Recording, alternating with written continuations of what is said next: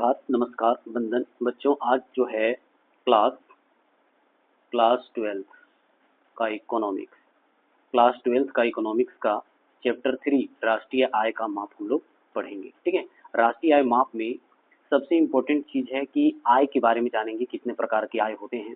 तो सबसे पहले यहाँ देखिए बच्चों, निजी आय, प्राइवेट आय या प्राइवेट इनकम इसको कहते हैं। बोले यह वह आय है जो निजी क्षेत्र को सभी स्रोतों से प्राप्त होती है। यानी निजी क्षेत्र का जो है जितने प्रकार के जो हैं आय के स्रोत हैं, सभी के जोड़ को हम लोग निजी आय कहेंगे। क्योंकि किसी भी व्यक्ति हो चाहे संस्था हो, इनकम का एक जरिया नहीं होता है बल्कि अनेक जरिया होता है ना, अनेक स्रोत होते हैं। जो उनसे प्राप्त होगा उसको हम लोग निजी आय कहेंगे। मान लेते हैं कि एक व्यक्ति है, एक व्यक्ति का कृषि से इनकम हो रहा है, कृषि से इनकम होता है, ठीक है ना। और दूसरा इनकम का जरिया क्या है कि वो रोजगार में है, कहीं नौकरी कर रहा है तो वहां से आ रहा है पैसा। और कुछ जो है सरकार जो है हस्तांतरण आय देता है। तो इस तरह जो है अनेक प्रकार का जो है एक व्यक्ति का इनकम होता है। उसी तरह संस्था या निजी संस्था का जो है अनेक प्रकार का जो आय का स्रोत है उससे जो प्राप्त होता है उसको निजी आय कहेंगे।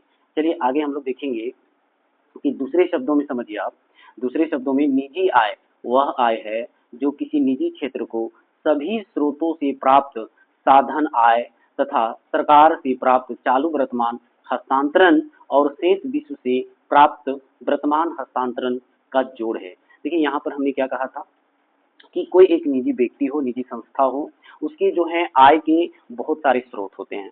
पहला तो साधन आय, ये समझना है कि साधन आय क्या है। मान लीजिए कोई संस्था का 20 गाड़ियां हैं, ठीक है, या फिर कहिए कि वो क्या करता है कि एक व्यक्ति है उसका 20 जो है हाइवा है, गाड़ी है, उससे वो प्राप्त कर रहा है। फिर क्या है कि दूसरा आय का स्रोत है कि उसके बहुत सारे लैंड है, फ्लैट है या होटल है, उससे इनकम उसका आ रहा है, ठीक है। या फिर कहिए कि उसका बहुत बड़ा दुकान है, उससे प्राप्त आ रहा है। ये क्या है, साधन है। और इससे जो प्राप्त हो रहा है इसी को साधन आय कहेंगे। अब यहाँ बोलता है कि सरकार, क्या बोल रहा है, सरकार से प्राप्त चालू वर्तमान हस्तांतरण है। बड़ी बड़ी कंपनियों को या निजी व्यक्तियों को क्या करती है सरकार, सब्सिडीज देती है या ट्रांसफर इनकम देता है। जैसे भी विद्यार्थियों को क्या करता है, विद्यार्थियों को जो है स्कॉलर देता है। और जो वृद्ध व्यक्ति होते हैं, बुजुर्ग व्यक्ति होते हैं, उनको जो है पेंशन देने का काम करता है। तो कहीं ना कहीं इसको भी हस्तांतरण आय कहा जाता है और हस्तांतरण आय को निजी आय में जोड़ा जाता है, सम्मिलित किया जाता है। साथ ही बोला कि विश्व से प्राप्त, बोला कि शेष विश्व से प्राप्त वर्तमान हस्तांतरण आय का जोड़ को जो है क्या कहा जाता है, निजी आय कहा जाता है। बोलिएगा यहाँ सर शेष विश्व से प्राप्त वर्तमान हस्तांतरण का जोड़ क्या है। तो कहने का मतलब है कि अभी जो है कोई एक देश सिर्फ अपने देश में संपन्न नहीं है, वो दूसरे देशों से क्या होता है, डिपेंडेंट होता है। तो दूसरा देश क्या करता है, भारत को सहयोग प्रदान करता है, यहाँ के लोगों को सहयोग प्रदान करता है। तो उसी को बोला जा रहा है हस्तांतरण आय, ठीक है। चलिए नेक्स्ट हम लोग देखते हैं इसकी विशेषता क्या है, निजी आय की विशेषता क्या है। तो बोल रहा है कि यह विस्तृत धारणा है, ठीक है। विस्तृत धारणा का कहने का मतलब है कि आय के जो स्रोत होते हैं बहुत बड़ा होता है, ठीक है ना, अनेक आय के स्रोत होते हैं, इसलिए इसको विस्तृत माना जा रहा है। जो निजी उद्यम मतलब हो गया कि कोई एक कंपनी का जो है ओनर होता है, मालिक होता है, तथा परिवारों की कुल आय से संबंधित है।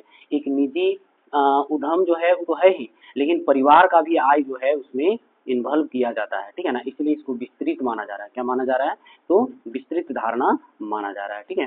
बड़ा इसमें निगम कर, देखिए निगम कर कहाँ लगाया जाता है, आप लोग इसको समझिए। टैक्स जो होता है ना बच्चों, टैक्स जो होता है वो दो प्रकार का होता है। एक तो बच्चों डायरेक्ट टैक्स होता है, क्या होता है, डायरेक्ट टैक्स, और एक होता है इनडायरेक्ट टैक्स। समझिए इसको, डायरेक्ट टैक्स दो प्रकार का होगा, या कहिए कि इसका भी बहुत सारे प्रकार हैं, लेकिन अभी यहाँ समझ लीजिए मोटा मोटी दो प्रकार का। एक तो होता है इनकम टैक्स, क्या होता है, इनकम टैक्स, ठीक है। और एक होता है कॉर्पोरेट टैक्स। इनकम टैक्स किसको लगाया जाता है, व्यक्ति को लगाया जाता है, ठीक है ना, जो भारत के निवासी हैं, रेसिडेंट हैं, उसको जो है कह सकते हैं इनकम टैक्स लगाया जाता है।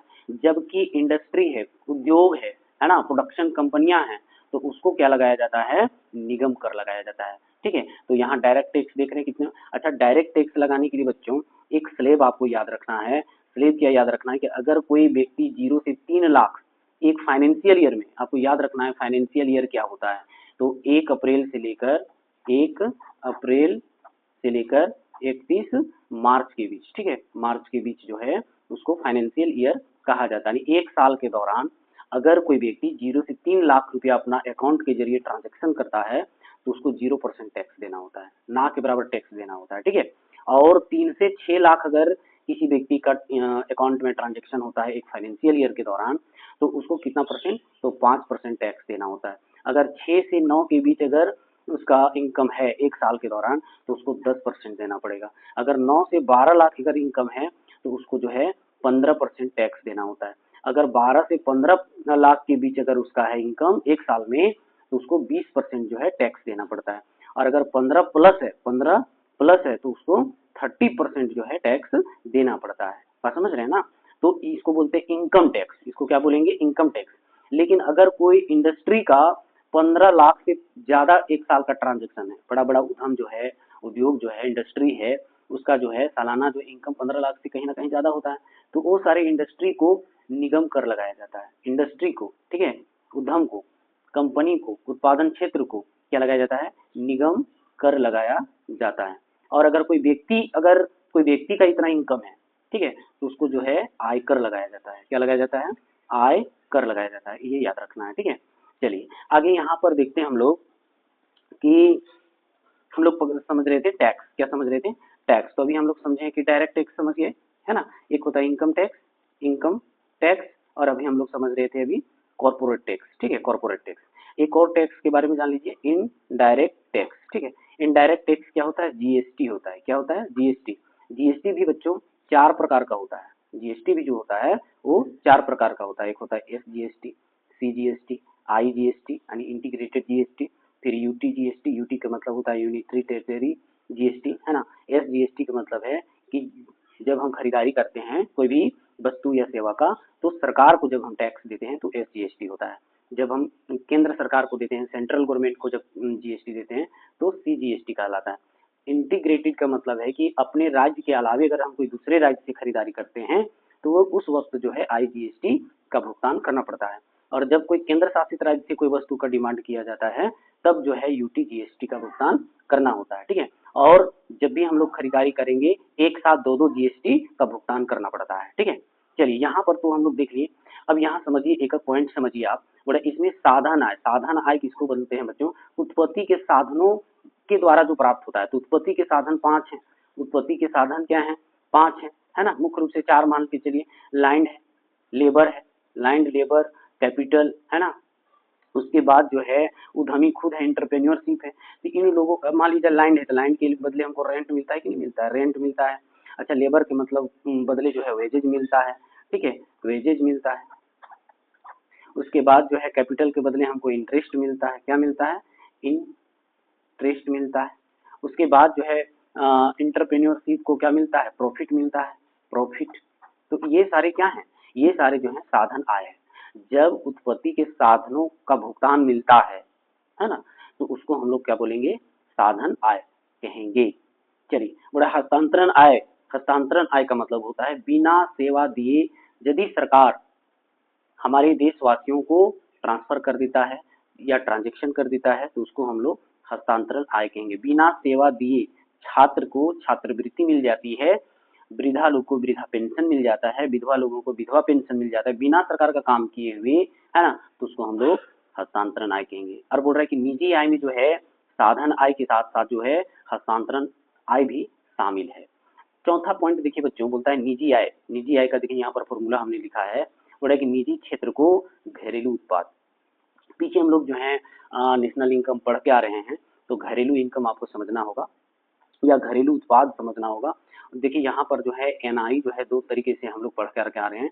एक होता है जीडीपी, ठीक है, एक होता है जीडीपी और एक होता है जीएनपी, ठीक है, एक होता है जीएनपी। जीडीपी के मतलब यानी डीपी के मतलब हो गया डोमेस्टिक प्रोडक्ट यानी घरेलू उत्पाद, और एनपी का मतलब हो जाता है नेशनल प्रोडक्ट यानी राष्ट्रीय उत्पाद, ठीक है। ग्रोस तो बच्चों सभी जो है अंतिम वस्तुओं और सेवाओं के जोड़ को ग्रोस कहा जाता है, ग्रोस डोमेस्टिक प्रोडक्ट। और यहाँ पर है ग्रोस नेशनल प्रोडक्ट, ठीक है। नेशनल का मतलब राष्ट्रीय उत्पाद और एक होता है डोमेस्टिक प्रोडक्ट का मतलब होता है घरेलू उत्पाद, ठीक है ना।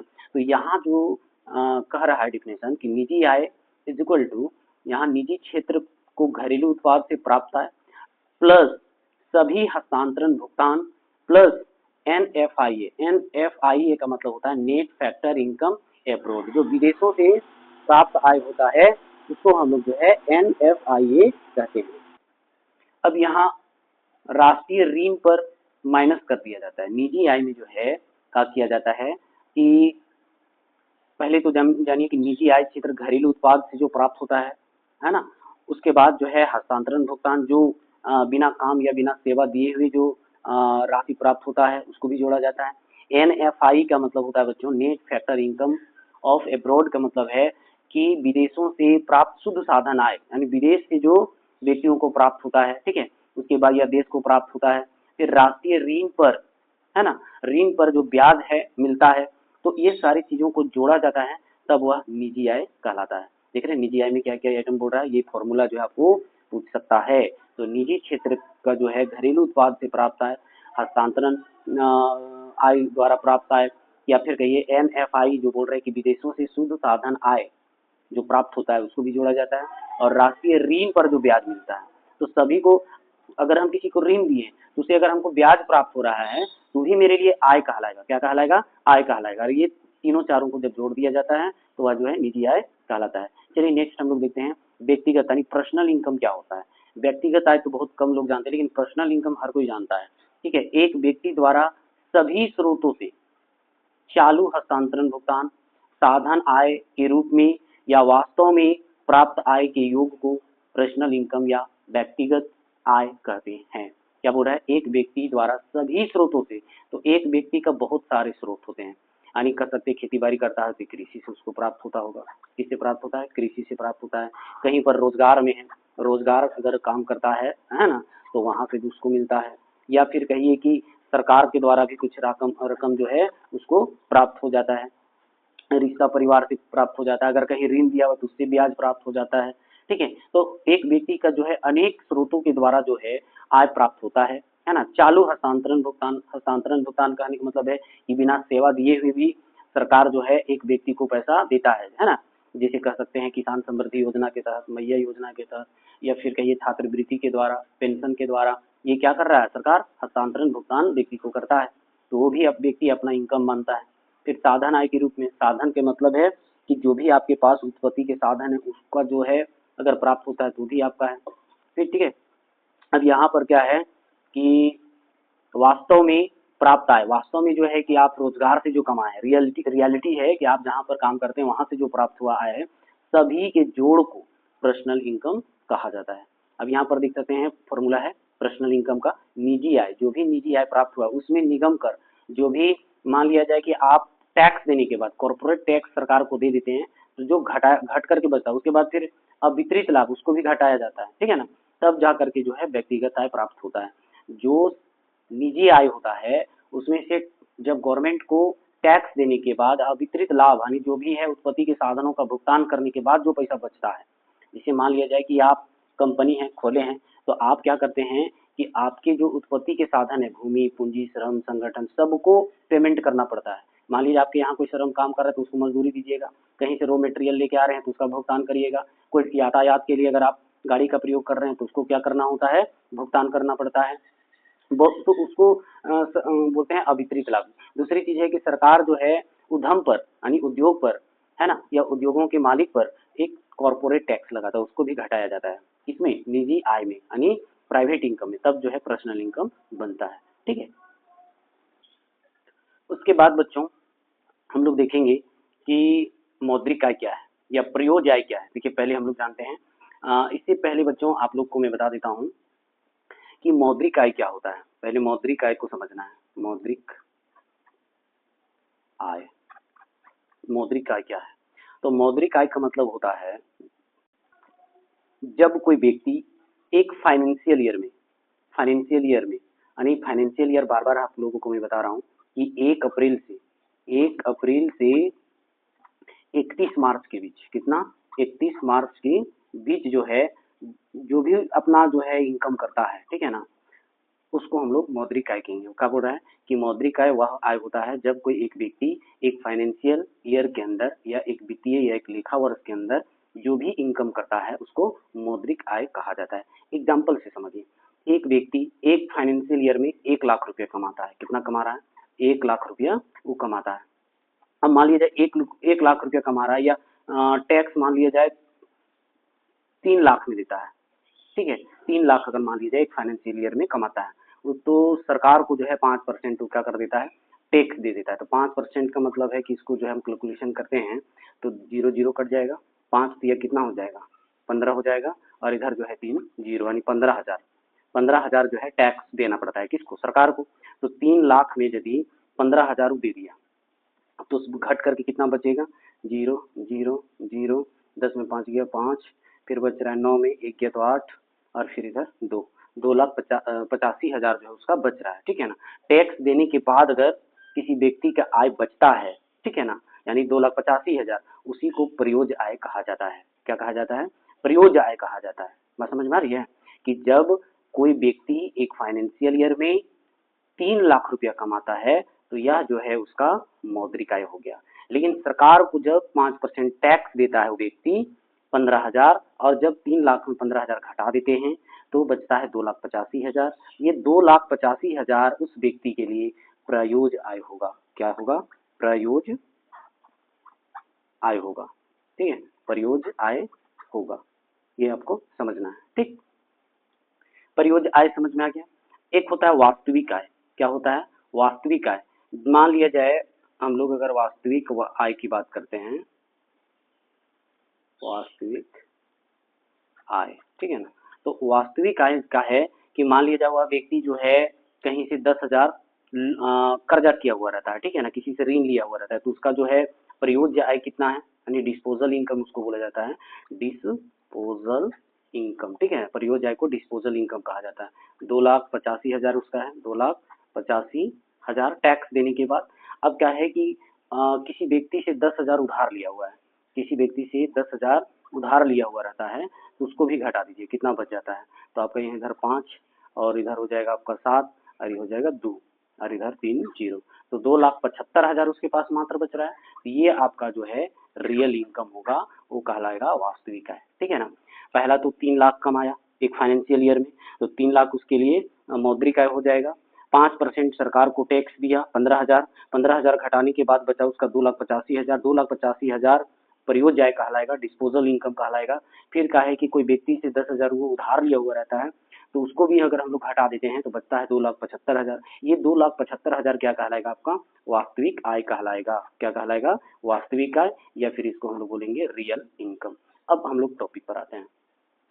यहाँ है प्रयोज्य आय। प्रयोज्य आय का मतलब यहाँ स्पष्ट लिखा हुआ है कि वह आय, यानी यह वह आय है जो एक व्यक्ति के पास सरकार द्वारा उसकी आय तथा संपत्ति पर लगाए जाने वाले सभी करों को घटाने के बाद बचता है। अभी मैंने क्या बताया कि मान लिया जाए कि 3 लाख रुपया जो है एक व्यक्ति कमा रहा है एक फाइनेंशियल ईयर में। अब 15,000 उसको 5% अगर हम टैक्स लगा देते हैं, क्या करते हैं 5% टैक्स लगा देते हैं, तो इसका जो है 15,000 को देना पड़ेगा। कितना देना पड़ेगा? 15,000 जो है उसको टैक्स देना पड़ता है, तो बच जाता है 2,85,000। कितना बच जाता है? 2,85,000। तो 2,85,000 क्या कहलाएगा? प्रयोज्य आय कहलाएगा, ठीक है। वही चीज तो कह रहा है कि यह वह आय है जो एक व्यक्ति के पास सरकार द्वारा उसकी आय तथा संपत्ति पर लगाए जाने वाले सभी करों को, जितना प्रकार का टैक्स जो है इस व्यक्ति पर लगाया जाता है, उसको घटाने के बाद जो बचता है उसको प्रयोज्य आय या डिस्पोजल इनकम कहा जाता है, ठीक है। चलिए आगे हम लोग समझते हैं। इसका फॉर्मूला के द्वारा जो है हम लोग समझेंगे कि प्रयोज्य आय क्या है। देखिए यहाँ पर जो है प्राइवेट इनकम है। प्राइवेट इनकम में जो है प्रत्यक्ष निजी कर, जिसको हम लोग इनकम टैक्स या फिर कहते हैं संपत्ति कर, साथ ही जो है सरकारी प्रशासनिक विभाग में विभिन्न प्राप्तियां, जो फीस या जुर्माना देना पड़ता है, वो सब घटाने के बाद जो हमारे पास जो पैसा बचता है उसको हम लोग प्रयोज्य आय कहेंगे। प्रयोज्य आय को दूसरे तरीके से हम लोग देख सकते हैं कि एकदम जो है टैक्स देने के बाद जो बचा हुआ रहता है उसको हम लोग सबसे पहले उपभोग करते हैं। क्या करते हैं? उपभोग करते हैं, और बचा हुआ पैसे को बचत कर देते हैं। जैसे इनकम इज इक्वल टू क्या कहा जाता है कि अपने इनकम को सबसे पहले कंजप्शन करते हैं, अपनी जरूरत की चीजों पर उपभोग करते हैं, खर्च करते हैं, और बाकी बचे पैसे को हम लोग सेव कर देते हैं। तो ये क्या कहलाता है? प्रयोज्य आय कहलाता है, डिस्पोजल इनकम कहलाता है, ठीक है ना। अब यहाँ पर देखिए इसकी विशेषता के बारे में देखिए, बोलता है कि यह एक संकुचित धारणा है। डिस्पोजल इनकम जो है वो संकुचित धारणा है, लेकिन निजी आय जब हम लोग पढ़े थे तो निजी आय को विस्तृत धारणा बताया था। धारणा का मतलब होता है कॉन्सेप्ट, ठीक है। जो व्यक्तिगत आय से प्रत्यक्ष कर तथा अन्य सभी फीस तथा जुर्माने को घटाने पर प्राप्त होता है। यानी प्रयोज्य आय जो है, जो भी आपका फाइनेंशियल ईयर में इनकम हुआ रहता है, उस इनकम में जो सरकार टैक्स लगाती है या जो भी जुर्माना लगाता है, सबको घटाने के बाद जो पैसा बचता है वो क्या कहलाता है, तो डिस्पोजल इनकम कहलाता है। दूसरा पॉइंट देखेंगे, इसमें प्रत्यक्ष कर शामिल नहीं है, यानी डिस्पोजल इनकम में प्रत्यक्ष कर को शामिल, क्योंकि उसको तो घटा दिए हुए रहते हैं। जैसे अभी मैंने बार बार कह रहा है कि 3000 एक व्यक्ति का फाइनेंशियल ईयर में 3 लाख रुपया जो है इनकम है एक फाइनेंशियल ईयर में। अब उसका जो है 5% जो है टैक्स लगा दिया, तो टैक्स लगा दिया तो टैक्स सरकार ले लेती है, इसीलिए प्रयोज्य आय में टैक्स शामिल नहीं रहता है। ठीक है, ये कह रहे हैं। अब यहाँ पर जो है आगे हम लोग देखेंगे, एक और प्रयोज्य आय के बारे में डिफिनेशन देख लीजिए, क्या कहता है कि मौद्रिक आय में से टैक्स घटाने के बाद, देखने बोल रहा है ना, मौद्रिक आय किसको कहते हैं, एक फाइनेंशियल ईयर में जब कोई व्यक्ति जितना भी कमाता है उसको मौद्रिक आय कहा जाता है, मॉनेटरी इनकम कहा जाता है। उस मॉनेटरी इनकम में या मौद्रिक आय में जो है टैक्स जो सरकार लगाती है, उसको घटाने के बाद जो बच जाता है जो धन, उसको प्रयोज्य आय या डिस्पोजल इनकम कहा जाता है। यह पूरी तरह से व्हाइट मनी होता है। ठीक है, अब राष्ट्रीय प्रयोज्य आय के बारे में अगर हम लोग बात करें तो यह बोला या देश के निवासियों को प्राप्त शुद्ध चालू हस्तांतरण आय है। ठीक है ना, चलिए आगे हम लोग देखते हैं।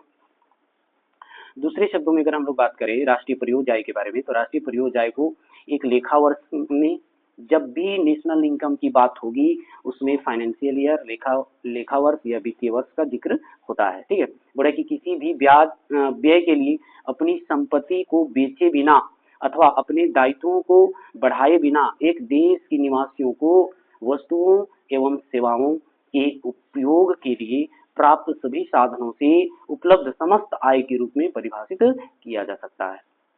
ठीक है, अब यहाँ पर कहता है कि राष्ट्रीय प्रयोज्य आय को एक लेखा वर्ष में किसी भी व्यय के लिए, हम लोग जब भी कोई खर्च करते हैं ना, वो डिस्पोजल इनकम ही खर्च करते हैं। सबसे पहले तो सरकार को हम लोग टैक्स दे देते हैं, अगर हम टैक्स स्लैब में आ रहे हैं, टैक्स देने के बाद जो है कि कर्जदार होता है, कर्जदार को भी हम पैसा दे देते हैं, उसके बाद जो पैसा हमारा बच जाता है उस पैसे को हम कंजप्शन और सेविंग करते हैं, ये कहना चाह रहा है। इसी को जो है क्या कहा जाता है, तो राष्ट्रीय प्रयोज्य आय कहा जाता है। चलिए यहाँ पर आप देख सकते हैं कि राष्ट्रीय प्रयोज्य आय को एक लेखा वर्ष में किसी भी व्यय के लिए अपनी संपत्तियों को बेचे बिना, नहीं बेचना है, अपनी संपत्तियों को नहीं बेचना है, अपने दायित्वों को बढ़ाए बिना, अपना जो है रिस्पॉन्सिबिलिटी को नहीं बढ़ाना है या लायबिलिटी को नहीं बढ़ाना है, और एक देश के निवासियों को वस्तुओं एवं सेवाओं के उपभोग के लिए, जो भी खर्च करने के लिए सभी साधनों से उपलब्ध समझता है। यानी क्या करता है कि साधन से ही आय प्राप्त होता है, आदमी खुद जो एक साधन है, उत्पत्ति के 5 साधन है, तो जितने भी उत्पादन के लिए हम जो भी वस्तु का उपयोग करते हैं उससे जो हमें मतलब आय प्राप्त होता है उसको साधन आय कहा जाता है। ठीक है, के रूप में परिभाषित किया जा सकता है। चलिए आगे हम लोग देखते हैं वास्तविक, आपको मैं तो बता चुका हूँ रियल इनकम क्या है। यहाँ फिर से एक बार देख लेते हैं हम लोग, बोला कि प्रयोज्य आय में से देनदारी तथा ऋण को हटा देने पर बचा हुआ धन वास्तविक आय कहलाता है। एग्जाम्पल से समझिए, बोला कि यदि नीतीश व्यक्ति है, बोला अनुराधा से 4000 रुपया कर्ज लेता है। ठीक है, नीतीश क्या करता है, अनुराधा से 4000 रुपया कर्ज लेता है। फिर कहता है कि यदि नीतीश की आय 1 लाख है, साल में एक फाइनेंशियल ईयर में कितना कमा रहा है वो 1 लाख, तथा नीतीश पर 30% का टैक्स लगा है, 1 लाख रुपया उस साल में कमाता है और उसको सरकार जो है 30% टैक्स लगा रही है। इसके सभी आय की गणना करिए, ये क्वेश्चन आ भी सकता है न्यूमेरिकल के तौर पर। तो चलिए आगे हम लोग देखते हैं इसका कैलकुलेशन क्या है। देखिए, जो एक फाइनेंशियल ईयर में कमाया, फाइनेंशियल ईयर में जो वो कमा रहा है उसको मौद्रिक आय कहा जाता है, मॉनेटरी इनकम कहा जाता है। लेकिन 30% टैक्स देता है, यानी 30,000 टैक्स दे दिया, तो बचा कितना उसके पास, 1 लाख में 30,000 को घटा देंगे तो 70,000 बच रहा है, तो 70,000 उसका जो है प्रयोज्य आय कहलाएगा। ठीक है, टैक्स देने के बाद जो रुपया बचता है उसको प्रयोज्य आय या डिस्पोजल इनकम कहा जाता है। उसके बाद अनुराधा से क्या किया था कि 4000 रुपया कर्जा लिया था नीतीश, ठीक है, तो 70,000 में 4000 फिर माइनस कर दिए तो कितना बच जा रहा है 66,000, तो 66,000 क्या कहलाएगा, रियल इनकम कहलाएगा। क्या कहलाएगा, रियल इनकम कहलाएगा। चलिए आगे हम लोग देखते हैं, यहाँ पर देख सकते हैं अब जो है राष्ट्रीय आय के माप की विभिन्न विधियां जो हैं, राष्ट्रीय आय को 3 विधि द्वारा जो है मेजर किया जाता है। पहला है आय विधि द्वारा, यानी इनकम मेथड के द्वारा, मूल वृद्धि अथवा उत्पाद विधि, तीसरा है व्यय विधि। तो ये आपको कभी कभी ऑब्जेक्टिव में पूछ देता है कि राष्ट्रीय आय को कितने विधि द्वारा मापा जाता है, तो आपको याद रखना है कि 3 विधि द्वारा जो है राष्ट्रीय आय को मापा जाता है। ठीक है, सबसे पहले ये आय विधि, मूल वृद्धि अथवा उत्पाद विधि, और तीसरा है व्यय विधि। तो भारत सरकार जो है तीनों विधि द्वारा जो है नेशनल इनकम को मेजर करता है। ठीक है, अब ये जानना है कि राष्ट्रीय आय को तो हम लोग जान गए कि 3 विधि द्वारा जो है मेजर किया जाता है, लेकिन मेजर करता कौन है? चलिए आगे हम लोग देखेंगे। अब यहाँ पर देख सकते हैं आप, कहता है कि आंकड़ों के एकत्रित करने से संबंधित संस्थाएं, जो भी नेशनल इनकम के जो आंकड़ा एकत्रित करता है यानी डेटा को एकत्रित कलेक्शन करता है, वो संस्था कौन है? NSSO, national sample survey organisation. इसकी स्थापना 1950 में भारत सरकार ने की थी और इसका काम जो था, जितने भी भारत के अंदर अंतिम वस्तुओं और सेवाओं का जो उत्पादन होता है उसके वैल्यू को ऐड करना। ठीक है, साथ ही बेरोजगारी, गरीबी या कह सकते हैं उसको जनगणना, जितने प्रकार के जो भी डेटा अगर कलेक्ट करता है भारत सरकार के लिए, वो कौन करता था? NSSO करता था, नेशनल सैंपल सर्वे ऑर्गेनाइजेशन। अब एक और संस्था बनाई गई 2 मई 1951 को, जिसका नाम है CSO, सेंट्रल स्टैटिस्टिक्स ऑर्गेनाइजेशन, केंद्रीय सांख्यिकी संस्थान। इसका जो है काम है कि जो भी NSSO जो है डेटा कलेक्शन करता है उसका निरीक्षण करके प्रकाशित करना, सरकार को रिपोर्ट जारी करना। ठीक है, अब ये दोनों जैसे ही मोदी आ जाते हैं, दोनों संस्थाओं को विलय या मर्ज करा देता है और उसका नाम रख देता है NSO, नेशनल स्टैटिस्टिक्स ऑर्गेनाइजेशन। ठीक है ना, केंद्रीय सांख्यिकी संस्थान। इस कब विलय कराता है? तो 23 मई 2019 को। ठीक है, और यही जो है NI को 3 मेथड के द्वारा जो है मापता है। ठीक है ना, आय विधि, व्यय विधि, उत्पाद विधि। ठीक है ना, तो यही जो है क्या करता है? नेशनल इनकम को मेजर करता है। आपको फिर अगर कोई प्रश्न कर दे कि राष्ट्रीय आय का आकलन कौन करता है, तो आपको याद रखना होगा नेशनल स्टैटिस्टिक्स ऑर्गेनाइजेशन द्वारा होता है। ठीक है, आगे बढ़ते हैं हम लोग। अब सीधा जो है हम लोग पहला विधि में आ जाते हैं, आय विधि, जो नेशनल इनकम का फर्स्ट मेथड है। इनकम मेथड के द्वारा कैसे मापा जाता है? इसके द्वारा NSAO सरकार नहीं नापती है, बल्कि इसको जो कौन मापता है या कौन मेजर करता है? तो एक संस्था है, नेशनल स्टैटिस्टिक्स ऑर्गेनाइजेशन, जो 23 मई 2019 को जो है मोदी दोनों संस्थाओं को विलय कर दिया था। किसको किसको? तो NSSO को और CSO को। तो ये संस्था जो है अब क्या करती है? NI को, नेशनल इनकम को यानी राष्ट्रीय आय को अब आय विधि द्वारा जो है मेजर कर रहा है। ठीक है ना, उसके बाद जो है व्यय विधि द्वारा, उसके बाद उत्पाद विधि द्वारा। हम लोग बारी बारी से तीनों को देखेंगे। तो सबसे पहले हम लोग देखने वाले हैं आय विधि। चलिए हम लोग सीधा टॉपिक पर आते हैं। बोला इस विधि द्वारा राष्ट्रीय आय को उत्पाद के प्राथमिक साधनों को किए जाने वाले भुगतान के रूप में मापा जाता है। देखिए आय विधि क्या बोल रहा है कि उत्पाद के प्राथमिक साधनों को किए जाने वाले भुगतान। तो देखिए प्राथमिक साधन क्या है कि उत्पादन के लिए जितने भी रॉ मटेरियल्स या आगत जिसको बोलते हैं, इनपुट्स जो है किसी भी प्रोडक्ट को प्रोडक्शन करने के लिए जितने भी इनपुट्स खरीदी जाती है कंपनी के द्वारा, उसका जो भुगतान किया जाता है उसके द्वारा जो है इनकम मेथड मापा जाता है। अब हम बोल रहे हैं कि उत्पादन से आय का सृजन होता है। जब किसी भी वस्तु का प्रोडक्शन होगा उससे क्या होगा? आय का अर्जन होता है या आय का सृजन होता है। मान लिया जाए टाटा क्या कर रहा है? टाटा जो है आपका आयरन एंड स्टील को प्रोडक्शन करता है और उसको क्या करता है? अपने हाउस होल्ड में, परिवार क्षेत्र में क्या करता है? बेचता है, या फिर फॉरेन में भी बेचता है, विदेश में भी बेचता है। तो उससे कहीं ना कहीं जो है आय प्राप्त होता है। तो इसलिए बोल रहा है कि उत्पादन से आय सृजन होता है। सृजन मतलब बढ़ना। अब बोल रहा है कि उत्पादन के साधनों के सामूहिक प्रयास से उत्पादन का सृजन होता है। यानी उत्पादन के जो जितने भी साधन है, 5 साधन है ना, भूमि, पूंजी, श्रम, संगठन, रॉ मटेरियल, बिजली, पानी, यातायात, रोड, है ना, तो ये सारे का जो है सामूहिक रूप से जो है सहयोग होता है, तब उत्पादन का सृजन होता है। अगर मान लीजिए आप उत्पादन कर रही है, ठीक है, लेकिन रोड नहीं रहे, तो आप एक जगह से दूसरी जगह किसी भी गुड्स एंड सर्विस को फॉलो नहीं कर सकते हैं, बाजार तक नहीं पहुंचा सकते हैं, तो फिर आपका तो गुड्स बिकेगा नहीं, है ना, आपका प्रोडक्ट बिकेगा नहीं। तो इसलिए बोलता है कि साधनों के सामूहिक प्रयास से उत्पादन का सृजन होता है। अब आगे देखिए क्या कहता है कि इस प्रकार इन साधनों के स्वामित्वों का इस आय पर दावा होता है, जिसे उनके मध्य कर्मचारियों, परिश्रमी, किराए, ब्याज तथा लाभ के रूप में बांटा जाता है। ठीक है ना, जितने भी उत्पत्ति के साधन हैं उनके बीच क्या करता है? लाभ को वितरित किया जाता है। कर्मचारी को वेतन दिया जाता है, परिश्रमी को कह सकते हैं कि मजदूरी दी जाती है ना। अगर आप भूमि किसी से लीज पर लिए हैं तो किराया दिया जाता है, किसी से अगर आप मान लिया जाए ऋण लिए हैं तो ब्याज देना होता है। तो इस तरह जो है अपने लाभों को क्या कर देता है? उन्हें बांट देता है। ठीक है, तो उस सारे आय को जब जोड़ा जाता है, कौन जोड़ता है? NSO जोड़ता है। ठीक है ना, तो उसको बोलते हैं आय विधि। ठीक है, इसका एग्जाम्पल के द्वारा भी हम लोग समझेंगे। अभी यहाँ पर देखिए, यहाँ पर क्या है कि साधन लागत पर शुद्ध मूल्य वृद्धि कैसे निकालेंगे। तो यहाँ पर देखिए इसका net value added, net value added at factor cost. Factor cost किसको कहते हैं बच्चों? दो प्रकार का कॉस्ट होता है। पहले आप लागत को समझिए। लागत जो है दो प्रकार का होता है, एक होता है फैक्टर कॉस्ट और एक होता है मार्केट प्राइस।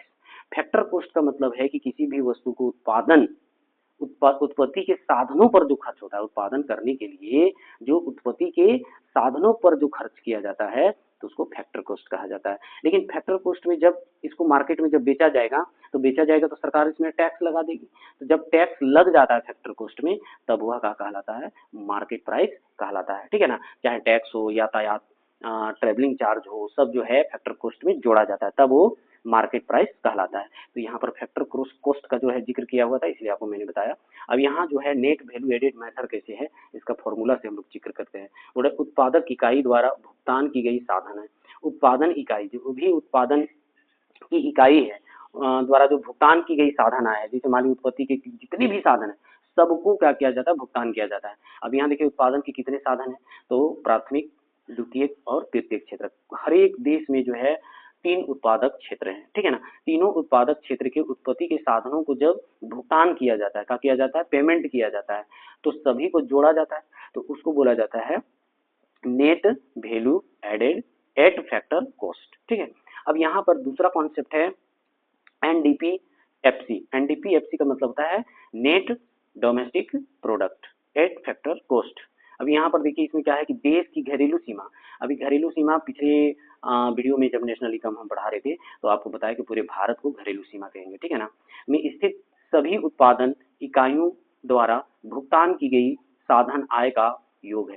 साधन आय बार बार कह रहा है, तो साधन आय का मतलब है कि जब कोई उत्पादन के उत्पत्ति के साधनों को भुगतान किया जाता है। कहने का मतलब है कि कोई भी वस्तु का उत्पादन हुआ, उसको हम मार्केट में बेचते हैं, फिर जो हमें आय प्राप्त होती है उस आय को अपनी उत्पत्ति के साधनों पर भुगतान कर देते हैं। कहीं से रॉ मटेरियल लाए हुए रहते हैं उसको भुगतान कर देते हैं, जिस गाड़ी के द्वारा लाए हुए रहते हैं उसको भुगतान कर देते हैं, रोड टैक्स देते हैं, गवर्नमेंट टैक्स देते हैं, बिजली किराया देते हैं, भूमि का किराया देते हैं, मजदूरों को वेतन देते हैं, सबको बांट दिया जाता है, तो उसको साधन आय कहा जा रहा है, ठीक है ना। तो बोला कि इकाइयों द्वारा भुगतान की गई साधन आय का योग है। इसे निवासियों और गैर निवासियों द्वारा बांट लिया जाता है। जब भी कोई उत्पादित वस्तुओं को बेची जाती है और उससे प्राप्त आय क्या करता है? अपने देश के अंदर जो निवासी हैं वो भी अपना मजदूरी के रूप में, और गैर निवासी जो विदेश से आए हुए हैं हमारे देश में काम करने के लिए, वो भी जो है उस प्राप्त आय को उनको भी मजदूरी के रूप में दी जाती है या वेतन के रूप में दे दिया जाता है। तो इसी के योग को क्या कहा जा रहा है? Net domestic product at factor cost, ठीक है। अब अगला कॉन्सेप्ट हम लोग देखते हैं। अगला कॉन्सेप्ट है एनएनपीएफसी। यही एक्चुअली एनआई होता है, एक्चुअल में जो है राष्ट्रीय आय यही होता है, ठीक है। अब यहाँ पर देखिए क्या करना होता है, बोला है कि केवल निवासियों को भुगतान की गई साधन आय का योग होता है। जो गैर निवासी यहाँ पर काम कर रहा था, तो गैर निवासी तो पैसा ले जाएगा ना, पैसा उसको क्या कर दिया जाता है? घटा दिया जाता है, इसमें माइनस कर दिया जाता है। गैर निवासियों के जो प्राप्त आय होता है उसको जो है जब घटा दिया जाता है, तब जो है net national product at factor cost जो है निकलता है। अब यहाँ पर देखिए net national product at factor cost में क्या क्या जोड़ना होता है, तो कर्मचारियों का परिश्रम, यानी बोल रहा है कि जो भी उत्पादन के लिए जो श्रम यानी मजदूर वहाँ काम कर रहा होता है उसको जो वेतन मिलता है उसको जोड़ा जाता है। अब यहाँ बोल रहा है परिचालन अधिशेष किराया, जैसे किराया, रॉयल्टी, ब्याज इत्यादि को भी जोड़ा जाता है, उसका भी जैसे मान लिया जाए उससे भी तो आय प्राप्त होता है। मान लिया जाए कोई ऋण दिया है तो उसको ब्याज मिल रहा है, तो ब्याज क्या है? उसके लिए इनकम है, ठीक है, लाभ उसका इनकम है ना। तो इस सबको जोड़ा जाता है। अब यहाँ पर देखिए 100 नियोजितों की मिश्रित आय, बोल रहा है कि नियोजित मतलब है कि जो भी प्लान इन्वेस्टमेंट करता है, तो इन्वेस्टमेंट करने से उसको प्रॉफिट जो भी मिलता है उसको मिश्रित आय कहा जाता है। हर एक क्षेत्र में जो है इन्वेस्टमेंट हो सकता है। उत्पादक 3 तरह के उत्पादक क्षेत्र है, तीनों में जो है इन्वेस्टमेंट किया जा सकता है और उससे जो प्राप्त आय है उसे लाभ मिलेगा, इसलिए यहाँ बोल रहा है कि मिश्रित आय, ठीक है ना। चाहे आप प्राथमिक में करें, द्वितीयक में करें, तृतीयक में करें, संगठित में करें, असंगठित में करें, कहीं से भी करेंगे आप तो आपको आय जो प्राप्त होगा तो उसको मिश्रित आय कहा जाता है। अब यहाँ बोल रहे हैं कि विदेशों से शुद्ध साधन, जिसको हम लोग बार बार जिक्र कर रहे हैं NFIA का, ठीक है। NFI क्या है? Net factor income of abroad, यानी विदेशों से शुद्ध साधन आय प्राप्त जो होता है उसको जो है जोड़ा जाता है, तब क्या निकलता है? वो नेट नेशनल प्रोडक्ट फैक्टर, यानी बोल सकते हैं राष्ट्रीय आय, NI लिखा हुआ है यानी राष्ट्रीय आय प्राप्त होता है। चलिए हम लोग जो है इसका जो है चौथा कॉन्सेप्ट देखेंगे, उसके बाद फिर हम लोग न्यूमेरिकल में आएंगे। यहाँ पर देखिए बोलता है कि एनडीपीएफसी अथवा घरेलू साधन क्या है। तो यहाँ पर देख सकते हैं कि घरेलू साधन निकालने के लिए हमें क्या क्या जोड़ना पड़ रहा है। यहाँ पर देख सकते हैं कि यहाँ पहला का मतलब है कर्मचारियों का पारिश्रमिक आय जो है उसको जोड़ा जाता है घरेलू में। डी अगर बीच में है तो डी बीच में रहने का मतलब है डोमेस्टिक, और बीच में एन है मतलब हो जाएगा राष्ट्रीय, उसका मतलब है राष्ट्रीय का मतलब है कि जो विदेश से प्राप्त आय है उसको भी जोड़ा गया है, और डोमेस्टिक में जो है विदेश से प्राप्त आय को नहीं जोड़ा जाता है, ठीक है ना। अब यहाँ दूसरा वाला बोला परिचालन अधिशेष जो किराया, रॉयल्टी, ब्याज और लाभ के द्वारा प्राप्त होता है।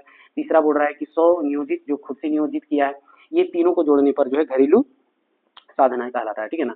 अब यहाँ आगे हम लोग जिक्र करेंगे। बोल रहा है कि आय विधि द्वारा राष्ट्रीय आय ज्ञात करने के उपाय। देखिए ये क्या है, दो उपाय है, एक तो साधन आगत के द्वारा, दूसरा है उत्पाद उद्यमों के द्वारा, ठीक है। कितने उत्पाद उद्यम है, कितने प्रकार के उत्पादक क्षेत्र है, तो 3 प्रकार के हैं। तीनों से जो आय प्राप्त होता है इन तीनों को जोड़ा जाता है। साथ ही बच्चों कर्मचारियों का पारिश्रमिक, प्रचालन अधिशेष, मिश्रित आय, विदेशों से प्राप्त शुद्ध साधन है, सभी को जोड़ा जाता है, इसको हम लोग बोलेंगे आय विधि, ठीक है। चलिए आगे हम लोग देखेंगे। चलिए बच्चों हम लोग जो है अब एग्जाम्पल के द्वारा जो है हम लोग जानेंगे कि कैसे जो है आय विधि द्वारा जो है नेशनल इनकम को मेजर किया जाता है, ठीक है ना। यहाँ बोल भी रहा है कि आय विधि का प्रयोग करके गणना करो क्या नेशनल इनकम, उसमें से क्या क्या गणना करने बोल रहा है। Net domestic product at factor cost, net national product at factor cost जिसको एनआई कहते हैं, और तीसरा क्वेश्चन बोल रहा है net national product at market price. साथ ही बोल रहा है कि जीडीपी यानी gross domestic product at market price. ये 4 कॉन्सेप्ट आपको निकालने के लिए बोल रहा है। आपके बीच यहाँ प्रॉब्लम भी दिया हुआ है, ठीक है। अब इस प्रॉब्लम को पहले रीड करिए कि क्या क्या आइटम्स दिए हुए हैं, मदद क्या क्या दी हुई है और कितना उस पर खर्च किया जा रहा है। यहाँ देखिए कर्मचारियों का पारिश्रमिक यानी जितने भी एक फाइनेंशियल ईयर के अंदर जितने भी कर्मचारी काम कर रहे होते हैं उसका जो है उस पर जो वेतन या कह सकते हैं कि मजदूरी दी गई है 2000 करोड़ है, यानी उनके जो है प्रति प्राप्त जो रकम है वो 2000 है, ठीक है। जो भी कर्मचारी जो भी कंपनी में काम कर रहे हैं, विभिन्न प्रकार की कंपनियां हैं, जहां भी काम कर रहा हो तो उनके द्वारा जो प्राप्त आय है वो 2000 करोड़ है, मान के चलिए। फिर क्या है कि किराया जो है 20 करोड़ आय प्राप्त होता है। किराया से कितना प्राप्त हो रहा है, 20 करोड़। अब यहाँ बोल रहा है ब्याज, अगर कोई ऋण दे रहा है खास करके बैंक हो गया या फाइनेंशियल सिस्टम हो गया, उसको जो है इनकम कितना प्राप्त हो रहा है, 30 करोड़ हो रहा है। रॉयल्टी है जिसको सरकार को टैक्स दिया जाता है तो उसके द्वारा जो है 40 करोड़। उसके बाद लाभ जो है प्राप्त हुआ है 50 करोड़। 100 नियोजित की मिश्रित आय जो है 1000 करोड़। और NFIA ये देखिए माइनस में चला गया। माइनस में इसलिए हम कह रहे हैं बच्चों कि एक होता है निवासी और एक होता है गैर निवासी। तो भारत के अंदर जो भी गैर निवासी काम करता है वो पैसा तो विदेश लेके चला जाता है। अगर मान लिया जाए कि हमारे देश में गैर निवासी ज्यादा काम कर रहे हैं, वही पैसा ज्यादा ले गया, और हमारे जो निवासी जो विदेश में काम कर रहे हैं गैर निवासी के रूप में, वो जब पैसा लाता है वो कम लाता है, तो कहीं ना कहीं माइनस हो गया, तो -3 करोड़ हो गया। अगला टॉपिक क्या है, अप्रत्यक्ष कर जो जीएसटी के रूप में प्राप्त हुआ है सरकार को, या अभी तो यहाँ मेजर कौन कर रहा है, ये सारी कौन आइटम बता रहा है, यानी जो ये भी आंकड़े या डेटा को एकत्रित किया है वो संस्था क्या नाम है, नेशनल स्टैटिस्टिक्स ऑर्गेनाइजेशन, ठीक है ना। ये दिल्ली में संस्था है, ये जो है बैठे बैठे अपने ऑफिस में जो है ये सारा डेटा जो है कलेक्ट किया है, ठीक है। बोल रहा है कि टैक्स के द्वारा जीएसटी के द्वारा जो है 500 करोड़ प्राप्त हुआ है। आर्थिक सहायता कर सकते हैं गवर्नमेंट को, है ना, प्रधानमंत्री राहत कोष में बहुत सारे जो है दान देता है, तो उससे जो है क्या मिला है, 400 करोड़ मिला है। मूल्यह्रास, जो मूल्यह्रास का मतलब होता है डिप्रिसिएशन, जब किसी वस्तु का वैल्यू घट जाता है, तो यहाँ वैल्यू कितना घट गया है, अपने उत्पत्ति के साधनों का वैल्यू जो घट गया वो 260 करोड़ है। चलिए इसको कैलकुलेशन करते हैं, कैसे एनडीपीएफसी निकालेंगे, कैसे एनएनपीएफसी निकालेंगे, है ना, और एनएनपी एमपी कैसे निकालेंगे, जीडीपी एमपी कैसे निकालेंगे, चलिए आगे हम लोग देखते हैं। चलिए सॉल्यूशन में जो है पहला क्वेश्चन आपके बीच है, ये है NDPFC net domestic product at factor cost. इसको प्राप्त करने के लिए किन किन मदों को जोड़ना है। देखिए यहाँ डोमेस्टिक के मतलब तो इतना जान लीजिए कि अपने भारत के अंदर जितनी भी आय है, आय के स्रोत है, सबको जोड़ना है। सबसे पहले तो कर्मचारी का वेतन, ठीक है, उसके बाद है परिचालन अधिशेष, उसके बाद मिश्रित आय, तीनों को जोड़ना है, ठीक है ना। मिश्रित आय यहाँ देखिए, प्रचालन अधिशेष का मतलब क्या होता है, किराया हो गया, ब्याज हो गया, रॉयल्टी हो गया, लाभ हो गया, इसको ही परिचालन अधिशेष कहा जाता है। अब जितना भी सबको हम लोग जोड़ेंगे, उसके बाद मिश्रित आय जितना है उसको जोड़ेंगे। तो यहाँ पर देख सकते हैं कर्मचारियों से पारिश्रमिक आय जो है मेरा कितना था, 2000 था, 2000 करोड़, ठीक है। किराया से कितना प्राप्त हो रहा था, 20 करोड़। उसके बाद ब्याज से कितना प्राप्त हो रहा है, 30 करोड़। रॉयल्टी से कितना, 40। लाभ से कितना, 50। उसके बाद मिश्रित आय जो है वो है 1000। सबको जोड़ देने के बाद 3140 करोड़ प्राप्त होता है, जो कि मेरा एनडीपीएफसी होगा। तो फॉर्मूला याद रखना होगा, अपने देश के अंदर जितने भी आय प्राप्त हो रहे हैं, अपने देश के अंदर ही, विदेश वाले को नहीं जोड़ना है, ठीक है ना। तो उसको हम लोग बोलेंगे डोमेस्टिक प्रोडक्ट, ठीक है। या नेट, नेट क्यों बोलते हैं, नेट इसलिए हम बोल रहे हैं क्योंकि इसमें डिप्रिसिएशन को आप नहीं जोड़े हैं, डिप्रिसिएशन जो है हम उसको जोड़े ही नहीं है ना। तो वो क्या कहलाएगा, आपका नेट कहलाएगा। नेट में मतलब हो गया मूल्यह्रास को छोड़ के चलना है। अब यहाँ पर जो है आप देख सकते हैं कि कर्मचारियों का पारिश्रमिक कितना मिला था। तो देखिए यहाँ पर कर्मचारियों का पारिश्रमिक हमें 2000 मिला था, किराया से 20 मिला है, ब्याज से 30 मिला है, रॉयल्टी से 40 मिला है, लाभ से 50 मिला है, और स्वनियोजित से कितना मिला है, स्वनियोजित से जो है, स्वनियोजित से देखिए यहाँ पर 1000 मिला है। एनएफआई को तो हम जोड़े ही नहीं, क्योंकि ये अगर हम इसको जोड़ देंगे तो नेशनल बन जाएगा। अब यहाँ पर जो है अप्रत्यक्ष कर, ठीक है, यानी कह सकते हैं मिश्रित आय के रूप में हम जो है जोड़े हैं, ठीक है। अब यहाँ पर हम लोग दूसरा कॉन्सेप्ट देखते हैं। दूसरा कॉन्सेप्ट जो हम लोग देखते हैं वो क्या है,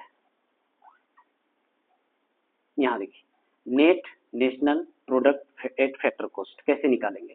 तो जो भी एनडीपी निकला हुआ है मेरा, उसमें एनएफआई को जोड़ देंगे। एनएफआई का मतलब है जो भी मेरा घरेलू इनकम है, जो भी मेरा डोमेस्टिक इनकम है, उसमें अगर एनएफआई ए को जोड़ देने पर वो क्या बन जाता है, नेशनल इनकम बन जाता है। डोमेस्टिक इनकम से नेशनल इनकम को बनाने के लिए हमको एनएफआई को जोड़ना पड़ता है। अब यहाँ जोड़ का रहे हैं तो ऑलरेडी माइनस में है, तो प्लस माइनस क्या होता है, माइनस। अब 40 में 3 को घटा देंगे तो 37 हो गया। तो ये क्या मेरा बच जा रहा है, 3137 करोड़। ये मेरा क्या कहलाएगा, net national product at factor cost, ठीक है। तो यानी हमको नेट नेशनल निकालने के लिए हमको एनएफआई को जोड़ना पड़ा, लेकिन जोड़े क्या, ही तो माइनस में था। यहाँ क्वेश्चन में आप देख सकते हैं कि ऑलरेडी ये जो है माइनस में दिखा रहा है, ठीक है, एनएफआई को माइनस में दिखा रहा है। अब यहाँ पर हम लोग देखेंगे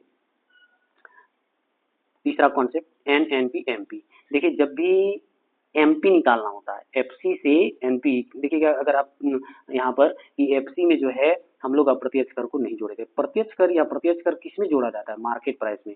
फैक्टर कॉस्ट का मतलब आपको मैंने बताया था कि जो उत्पत्ति के साधनों पर जो खर्च किया गया रहता है, अभी वो बिका नहीं है। जब बेचने योग्य जब कोई वस्तु हो जाता है, मैन्युफैक्चरिंग हो जाता है, तो उसमें सरकार जो है टैक्स लगा देती है। जब टैक्स लगेगी तब मार्केट में बिकेगा, है ना। और जब तक उसमें टैक्स नहीं लगा रहता है तो उसको हम लोग फैक्टर कॉस्ट कहेंगे। अब यहाँ देखिए आर्थिक सहायता भी सरकार देती है, तो उसका वैल्यू हम लोग नहीं करते हैं, क्योंकि सरकार ही मदद कर रही थी और फिर उसी को बोलेंगे मेरा इनकम है, इसलिए उसको हम लोग क्या कर रहे हैं, यहाँ पर माइनस कर दे रहे हैं। तो यहाँ पर देख सकते हैं कि एनएनपीएफसी हम निकाल के आ रहे हैं 3137। यहाँ पर उसमें क्या करना है कि अप्रत्यक्ष कर कितना प्राप्त हुआ है, 500 करोड़। उसके बाद आर्थिक सहायता सरकार कितनी दी है, 400। तो 500 में 400 को घटा दीजिए 100, तो 100 जुड़ेगा तो हो जाएगा 3237 करोड़।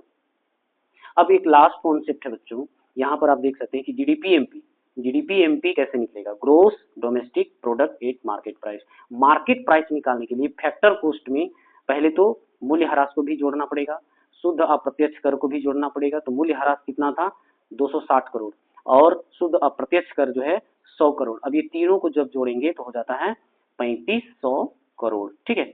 ये हो गया आपका इसका पार्ट 2 बताएंगे बच्चों। पार्ट 2 में जो है आपको जो है दोनों पार्ट बताएंगे, व्यय विधि और उत्पाद विधि। अभी हम लोग सिर्फ इनकम मेथड द्वारा जो है नेशनल इनकम को कैसे कलेक्शन करता है एनएसओ, इसके बारे में देखें। तब तक के लिए धन्यवाद। चलिए बच्चों, हम लोग जो है नेशनल इनकम का जो है, नेशनल इनकम का हम लोग जो है मेथड दूसरा देखने वाले हैं। और नेशनल इनकम को कौन मेजर कर रहा है बच्चों, एनएसओ कर रहा है, ठीक है। ये कितने मेथड से कर रहा है, 3 मेथड से कर रहा है। तो पहला हम लोग आय विधि देख लिए, अब दूसरा विधि हम लोग देखने वाले हैं मूल्य वृद्धि विधि या उत्पाद विधि कहा जाता है, ठीक है। उसके बाद हम लोग तीसरा में व्यय विधि इसी वीडियो में जो है क्लियर करने वाले हैं। तो आप लगातार देखते रहें, ठीक है। अभी आगे आइए हम लोग देखते हैं कि वैल्यू एडेड मेथड क्या है। बड़े उत्पादक इकाइयां कितने हैं जानते हैं, 3, प्राइमरी, सेकेंडरी और टर्टियरी। बड़े वस्तुओं और सेवाओं का उत्पादन करती है, सही बात।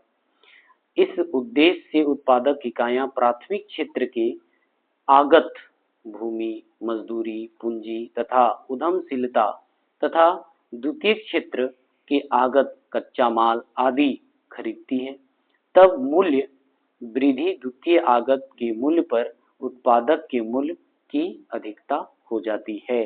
तो इसी को कहा जाता है मूल्य वृद्धि विधि या उत्पाद विधि कहा जाता है। ध्यान से समझे बच्चों, उत्पादक इकाइयां चाहे प्राइमरी हो, सेकेंडरी हो, टर्टियरी हो, बड़े वस्तुओं एवं सेवाओं का उत्पादन करती है। सही बात है। इस उद्देश्य से उत्पादक इकाइयां प्राथमिक क्षेत्र के आगत भूमि, मजदूरी, पूंजी और उद्यमशीलता तथा द्वितीय क्षेत्र के आगत कच्चा माल खरीदती है। क्या करती है वो? उत्पादन के लिए वस्तु को खरीदती है। तब मूल्य वृद्धि द्वितीयक आगत के मूल्य पर उत्पादक के मूल्य अधिकता होती है। जब वो खरीदेगा तो मान लिया जाए कि कोई व्यक्ति गेहूं 10 रुपये केजी खरीद रहा है, ठीक है। उसके बाद जो है इसका उद्देश्य क्या रहता है कि हम बिस्किट बनाएं, तो सबसे पहले आटा बनाएगा उसको, और आटा का कीमत हो जाएगा मान लिया जाए 35 रुपया, ठीक है।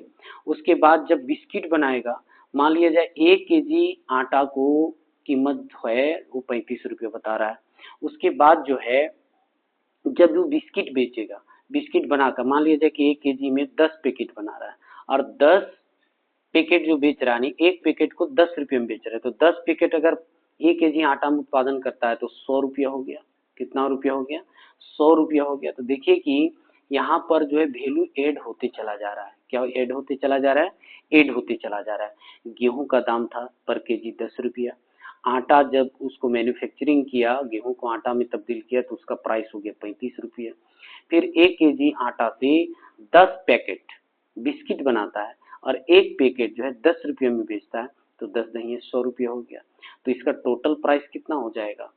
100 यानी 145 रुपया। कितना हो जा रहा है? 145 रुपया। तो वैल्यू ऐड हो रहा है कि नहीं हो रहा है? मूल्य में वृद्धि हो रहा है कि नहीं हो रहा है? हो रहा है। तो इसलिए इस विधि को मूल्य वृद्धि विधि या उत्पाद विधि कहा जाता है। किसी भी वस्तु को उत्पादन करने के लिए जब हम रॉ मटेरियल खरीदते हैं तो कम कीमत होता है, जब उसको मैन्युफैक्चरिंग करते हैं तो जैसे जैसे हम मैन्युफैक्चरिंग करते चले जाएंगे वैसे वैसे जो है उसका वैल्यू क्या होता चला जाता है? बढ़ता चला जाता है। मूल्य क्या हो जाता है? वृद्धि हो जाता है। इसलिए इस विधि को मूल्य वृद्धि विधि कहा जाता है। चलिए आगे हम लोग देखेंगे बच्चों। अब यहाँ पर देख सकते हैं कि राष्ट्रीय आय एक अर्थव्यवस्था में सभी उत्पादक इकाइयों द्वारा, सभी उत्पादक इकाई चाहे प्राइमरी हो, सेकेंडरी हो, टर्टियरी हो, है ना, साधन लागत पर हुई वृद्धि मूल्य वृद्धि का जोड़ है। जैसे मान लिया जाए कि कोई भी उत्पादक क्षेत्र हो, जब कोई वस्तु को उत्पादन करेगा तो सबसे पहले वो रॉ मटेरियल को खरीदता है। क्या करता है? रॉ मटेरियल यानी कह सकते हैं कि कच्चे पदार्थों को खरीदता है, फिर उसको मैन्युफैक्चरिंग करता है, ठीक है, तब मार्केट तक लाता है। तो उसमें धीरे धीरे क्या होती चली जाती है? मैन्युफैक्चरिंग रेट जो है बढ़ते चला जाता है। तो यही कारण है कि वहाँ जो है मूल्य में वृद्धि हो जाती है, इसलिए इसको जो है कहा जाता है मूल्य वृद्धि विधि, ठीक है। अब मूल्य वृद्धि द्वारा राष्ट्रीय आय, पहला तो घरेलू सीमा में प्राथमिक क्षेत्र द्वारा की गई मूल्य वृद्धि, प्राथमिक क्षेत्र जो है किसी भी वस्तु को उत्पादन करता है तो उसमें मूल्य वृद्धि हो जाता है। दूसरा कहता है कि घरेलू सीमा में द्वितीय क्षेत्र द्वारा जो है की गई मूल्य वृद्धि। प्राथमिक क्षेत्र में देखिए यहाँ पर कैसे कैसे हो रहा है। प्राथमिक क्षेत्र जो है वो गेहूं उत्पादन किया प्राइमरी सेक्टर से, अब दूसरा जो है क्या करता है, इसको मैन्युफैक्चरिंग किया, यानी क्या कह सकते हैं द्वितीय क्षेत्र जो है मिल का किया, इस गेहूं को आटा में जब बदल दिया तो उसका जो वैल्यू हो गया वो 35 रुपया हो गया। कितना हो गया? 35 रुपया हो गया, ठीक है ना, 35 रुपया हो गया। फिर क्या करता है कि जब ये बाजार में लाता है यानी तृतीय क्षेत्रक में लाता है तो इसका कीमत हो जा रहा है 100 रुपया, यानी बिस्किट बना के लेके आ रहा है तो 100 रुपया हो जाता है। तो कह सकते हैं कि तृतीय क्षेत्रक द्वारा भी मूल्य में वृद्धि हो गया। बात समझ में आ रहा है ना? प्राथमिक क्षेत्रक में भी, द्वितीय क्षेत्रक में भी और तृतीय क्षेत्रक में जब अंतिम रूप से बाजार में आ जाता है तो उसका कीमत कितना हो जा रहा है? 140 रुपया जोड़ेगा सरकार, ठीक है। एनएसओ क्या जोड़ेगा? 140 रुपया, क्योंकि किसान के पास भी 10 रुपया मिल जाता है, आटा बेचने पर 35 रुपया हो जाता है, और जब मार्केट में बिस्किट बेचता है तो 100 रुपये में बेचता है, तो सभी इनकम है। तो सभी को जोड़ने के बाद कितना प्राप्त हो रहा है, 140 हो रहा है। यही चीज तो यहाँ जिक्र कर रहा है कि प्राथमिक क्षेत्रक, द्वितीयक क्षेत्रक, तृतीयक क्षेत्रक, ठीक है ना। उसके बाद क्या होता है, कुछ मूल्य ह्रास हो जाता है, इनकम में क्या हो जाता है, डिप्रिशिएट हो जाता है। उसके बाद क्या बोल रहा है, यहाँ माइनस जो लिखा हुआ है ना उसको घटाना है, ठीक है ना। फिर शुद्ध अप्रत्यक्ष कर, हमको सरकार को टैक्स भी कुछ देना पड़ता है तो सबको घटाना पड़ता है। उसके बाद विदेश से जो शुद्ध साधन है प्राप्त होता है, अगर मान लिया जाए हम बिस्किट कहाँ बेच रहे हैं, विदेश में बेच रहे हैं, तो पैसा आ रहा है ना, उसको जोड़ना है। जैसे मूल्य ह्रास कहने का मतलब है कि जो भी मशीनें आप मशीन के द्वारा जो है आटा बना रहे हैं, तो उस मशीन का वैल्यू क्या हो रहा है, डिप्रिशिएट हो रहा है ना। तो हम आठवें पैसा ना उसमें जोड़ेंगे तो उसको हम लोग क्या करेंगे, घटा देंगे, ठीक है। उसके बाद क्या है, जो सरकार को टैक्स देना पड़ रहा है, तो टैक्स के पैसा मेरे पास थोड़ी रहता है, वो सरकार को हम दे देते हैं, इसीलिए जो है प्रत्यक्ष कर को घटाना पड़ता है। उसके बाद जो विदेश से प्राप्त हुआ रहता है उसको जोड़ना पड़ता है, क्योंकि मेरे पास वो पैसा आ रहा होता है, ठीक है। चलिए आगे हम लोग देखेंगे मूल्य वृद्धि के प्रकार। मूल्य वृद्धि के जो प्रकार हैं, बाजार कीमत पर मूल्य वृद्धि, साधन लागत पर मूल्य वृद्धि, ठीक है ना। तो यहाँ पर जो है बाजार कीमत आपको मैंने बताया है, और यहाँ साधन लागत, जब किसी भी वस्तु के उत्पत्ति के साधनों पर जब खर्च किया जाता है तो उसको फैक्टर कॉस्ट कहा जाता है। लेकिन फैक्टर कॉस्ट में जब हम कह सकते हैं कि टैक्स को जोड़ देते हैं, क्या जोड़ देते हैं, टैक्स वगैरह, ट्रैवलिंग वगैरह, रॉयल्टी वगैरह हम जोड़ देते हैं, तब वो क्या कहलाता है, मार्केट प्राइस कहलाता है, ठीक है ना। तो ये आपको याद रखना है। बोले कि उत्पादन का मूल्य मध्यवर्ती उपयोग जो है या उपभोग का मूल्य होता है, ठीक है। और यहाँ पर जो है साधन लागत क्या बोल रहा है, बाजार कीमतों पर सकल शुद्ध मूल्य वृद्धि माइनस कर देते हैं। माइनस क्या कर रहे हैं, शुद्ध प्रत्यक्ष कर को, जब प्रत्यक्ष कर को माइनस कर देते हैं तब वो फैक्टर कॉस्ट, जब हम टैक्स को जोड़ देते हैं, है ना, तब वो क्या बन जाता है, मार्केट प्राइस बन जाता है। चलिए आगे देखते हैं। अब यहाँ जो है मूल्य वृद्धि में सावधानियां क्या क्या बरतना है, तो दोहरी गणना से बचना है, एक ही चीज को दो बार नहीं जोड़ना है। जैसे अभी हम क्या जोड़ रहे थे, हम कि 10 रुपया गेहूं और 35 रुपया आटा और बिस्कुट बनाने का 100 रुपया, तो यहाँ दोहरी गणना हो रही है। कैसे, मान लिया जाए कि गेहूं सहित आटा का 35 होना चाहिए, ठीक है ना। गेहूं सहित जो है आटा का दाम कितना होना चाहिए, क्योंकि गेहूं से ही आटा बना है। अब यहाँ इसका 10 रुपया गेहूं का रेट भी जोड़ ले रहे हैं, आटा के भी रेट जोड़ ले रहे हैं, तो एक ही चीज को हम दो बार जोड़ ले रहे हैं, तो इसका रेट 45 रुपये हो जा रहा है। फिर क्या कर रहे हैं कि इसको मैन्युफैक्चरिंग करने के लिए हम जो है या बिस्किट को बेच रहे 100 रुपया, तो कहीं ना कहीं जो आटवा वाला दाम घटाना पड़ेगा ना, इसमें 35 रुपये घटाना पड़ेगा। तो 35 रुपये अगर हम घटा देते हैं इसमें, तो 10 में गया 5, 5 बचेगा, और यहाँ पर आपका बच जा रहा है 9, 9 में 3 जाएगा तो 6, यानी आपका एक्चुअल में रेट क्या होगा बिस्किट का, 10 पैकेट का 65 रुपया होगा, ठीक है।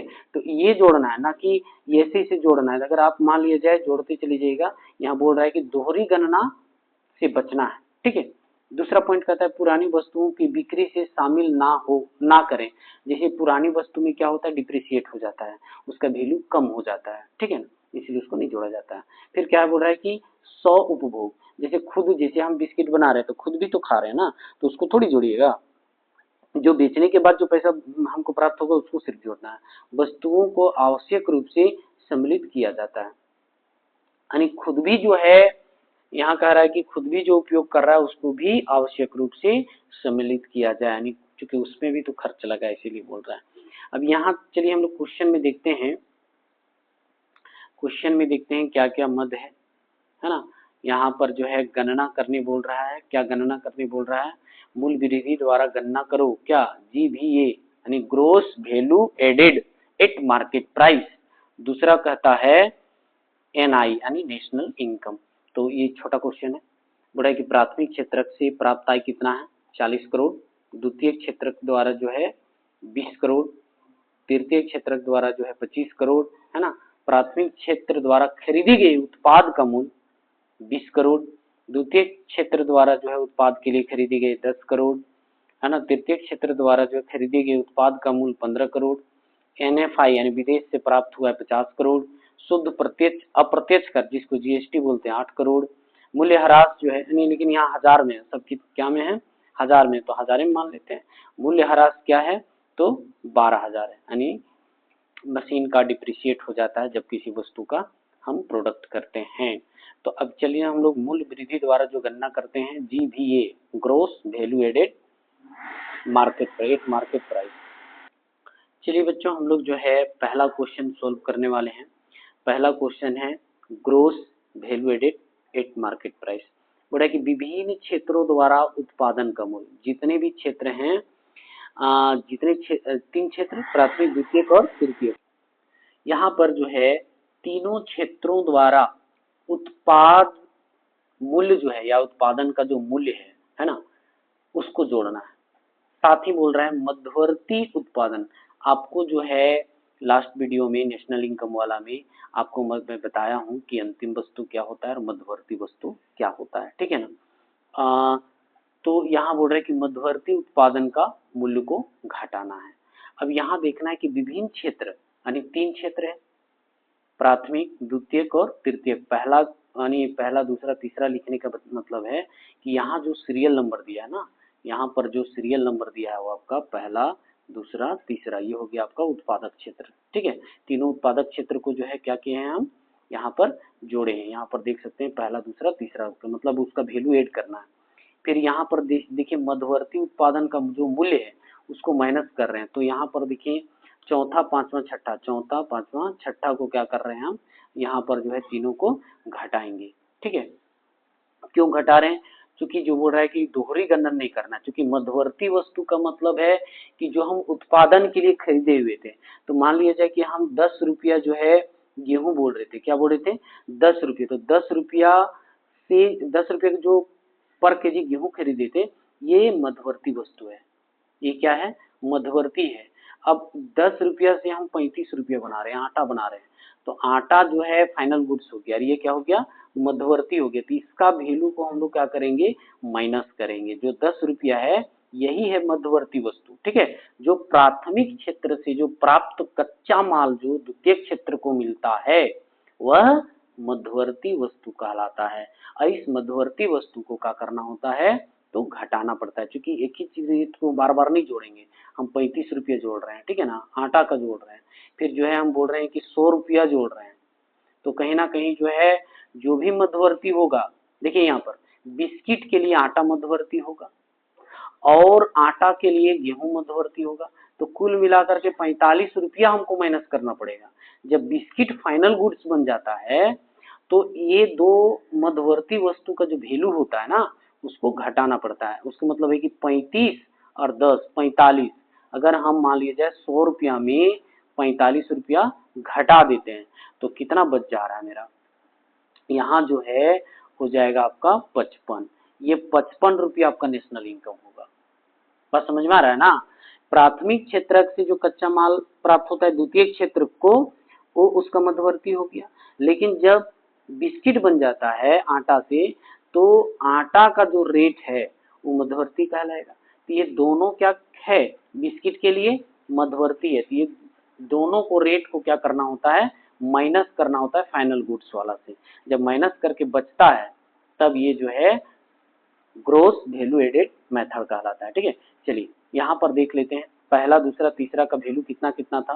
पहला दूसरा तीसरा का वैल्यू जो है देखिए यहाँ पर 40 20 25, 40 20 25, तो हम लोग यहाँ देखेंगे 40 20 25 जोड़ दिए, ठीक है ना। उसके बाद जो है 4 5 6 में देख लीजिए, 4 5 6 में, 4 में है 20 तो यहाँ पर 20, उसके बाद 5 में है 10 तो 10, उसके बाद जो है 15 तो यहाँ 15, ठीक है ना। तो तीनों को जोड़ दिए। अब इसमें जो है ये मध्यवर्ती वस्तु का जो रेट है और ये जो है फाइनल गुड्स का जो है रेट है, दोनों को जोड़ेंगे और आपस में घटा देंगे तो क्या कहलाएगा? Gross value added market price कहलाएगा। अब यहाँ देखिए, यहाँ जोड़ने पर 25 85 और यहाँ जोड़ने पर जो हो रहा है यानी मध्यवर्ती का एड टोटल है 45 और फाइनल वाला का जो है 85, दोनों के बीच घटाएं तो 40,000 रुपया जो है प्राप्त होता है। तो ये आपका क्या कहलाएगा? Gross value added at market price कहलाएगा, ठीक है। अब यहाँ पर चलते हैं हम लोग दूसरा कॉन्सेप्ट भी देख ही लेते हैं। यहाँ दूसरा कॉन्सेप्ट क्या है बच्चों? तो दूसरा कॉन्सेप्ट जो है वो है NNPFC या NI, ठीक है। तो यहाँ पर क्या है कि जो भी GDP है यानी कह सकते हैं ग्रोस वैल्यू एडेड जो हमको प्राप्त हुआ है, GDP को ही क्या कहा जाता है? GVA, gross value added market price, ठीक है। उसी को जीडीपी भी कहा जाता है, ये भी ध्यान रखना है। उसमें क्या करना है कि मूल्यह्रास को घटा देना है और शुद्ध अप्रत्यक्ष को भी घटा देना है, साथ में एनएफआई को जोड़ना है। तो यहाँ मूल्यह्रास कितना है 12 और शुद्ध अप्रत्यक्ष कर जो है वो चला जाता है सरकार के पास 8, उसके बाद 50 रुपये विदेश से आता है। तो सबको कैलकुलेशन करने के बाद जो है 70,000 रुपया आता है, ये कहलाता है राष्ट्रीय आय। ठीक है, चलिए आगे हम लोग देखते हैं।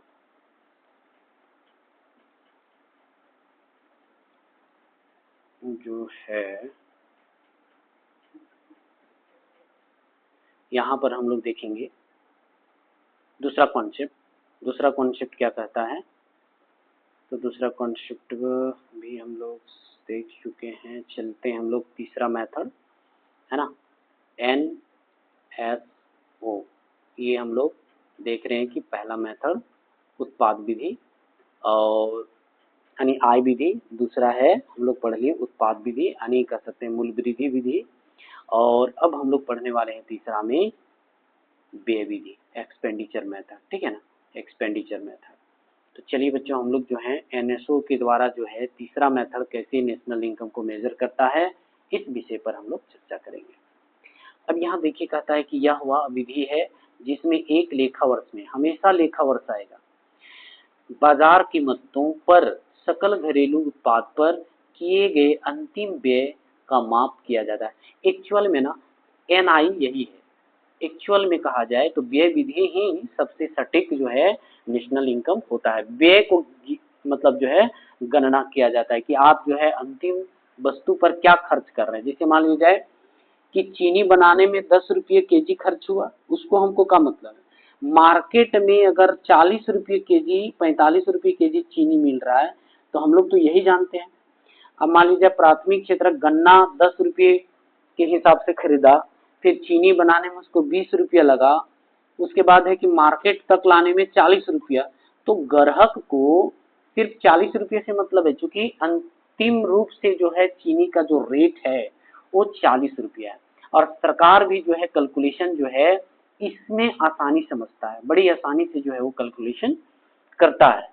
तो एनएसओ जो है सबसे बेटर अगर कोई नेशनल इनकम को बताता है तो व्यय विधि को बताता है। ठीक है, चलिए आगे हम लोग देखते हैं, डिफिनेशन के साथ आगे हम लोग बढ़ेंगे। दूसरे शब्दों में अगर कहा जाए तो जीडीपी एक लेखा वर्ष के दौरान एक अर्थव्यवस्था में सभी अंतिम व्यय, तो अंतिम व्यय के रूप में हम लोग मान लीजिए 5 केजी का आटा हम लेके आ रहे हैं जो पैकेटिंग किया हुआ है, तो 5 केजी आटा लेके आ रहे हैं तो ये मेरा क्या कहलाएगा, अंतिम वस्तु कहलाएगा। मान लिया जाए 1 केजी हम जो है चीनी खरीद के लेकर आ रहे हैं 1 केजी, तो 1 केजी क्या कहलाएगा, अंतिम वस्तु कहलाएगा। अब 1 केजी का चीनी का दाम 40 रुपया, 5 केजी आटा का मान लीजिए 250 रुपया दाम है, तो ये क्या कहलाएगा, इसका जब वैल्यू हम ऐड करेंगे तब ये क्या कहलाएगा, व्यय विधि कहलाएगा। क्योंकि अंतिम रूप से हम 5 केजी आटा लेके आ रहे हैं 250 रुपया और 40 रुपये चीनी लेके आ रहे हैं, तो कहीं ना कहीं जो है 290 रुपया क्या कहलाएगा, 290 रुपया जो है आपका नेशनल इनकम कहलाएगा। ठीक है, चलिए आगे देखते हैं। अब यहाँ देख लीजिए फॉर्मूला के माध्यम से आप समझिए, बोल रहा है कि income is equal to consumption. सबसे पहले जो होता है कोई भी व्यक्ति अपना इनकम करता है तो उसका मुख्य उद्देश्य होता है अपनी आवश्यकता पर खर्च करना यानी कंजप्शन करना। उसके बाद क्या करता है, बचे हुई रकम को इन्वेस्टमेंट करना या सेव करना। उसके बाद है गवर्नमेंट खर्च, ठीक है ना। उसके बाद है एक्सपोर्ट इंपोर्ट के अंतर को जब जोड़ा जाता है कुल मिलाकर के, तो ये एनएसओ पर लागू हो रहा है, ठीक है ना। ये पूरे देश पर लागू हो रहा है, कोई एक व्यक्ति विशेष पर लागू नहीं होता है। सरकार भी अपनी आय पर सबसे पहले कंजप्शन करता है। अभी देख रहे होंगे कि झारखंड में जो है ओवरब्रिज बनाए गए रांची में, तो भी खर्च है। सरकार क्या करती है, निवेश कर रही है। क्या कर रही है, निवेश कर रही है यानी इन्वेस्टमेंट कर रही है, खुद के खर्च कर रही है यानी सरकारी खर्च भी कुछ है। और एक्सपोर्ट इंपोर्ट में का जो अंतर है उसको जब जोड़ा जाता है तो वह जो है आय कहलाता है, नहीं एनआई कहलाता है, ठीक है, राष्ट्रीय आय कहलाता है। अब सी का मतलब निजी अंतिम उपभोग, खुद का भी उपभोग करता है। अंतिम विनियोग यानी इन्वेस्टमेंट करता है ना, पूंजी निर्माण करता है। सरकार अंतिम उपभोग करता है, सरकार भी अपने लिए जो है वेतन देता है या अपने लिए जो है सुविधाएं पर खर्च करता है, ठीक है ना। और शुद्ध निर्यात कहने का मतलब है निर्यात और आयात के बीच का अंतर को जोड़ा जाता है, ठीक है। अब यहाँ आगे हम लोग देखने वाले हैं कि व्यय विधि के अनुसार जीडीपी के कितने घटक हैं, है ना, किन किन चीजों को जोड़ा जाएगा।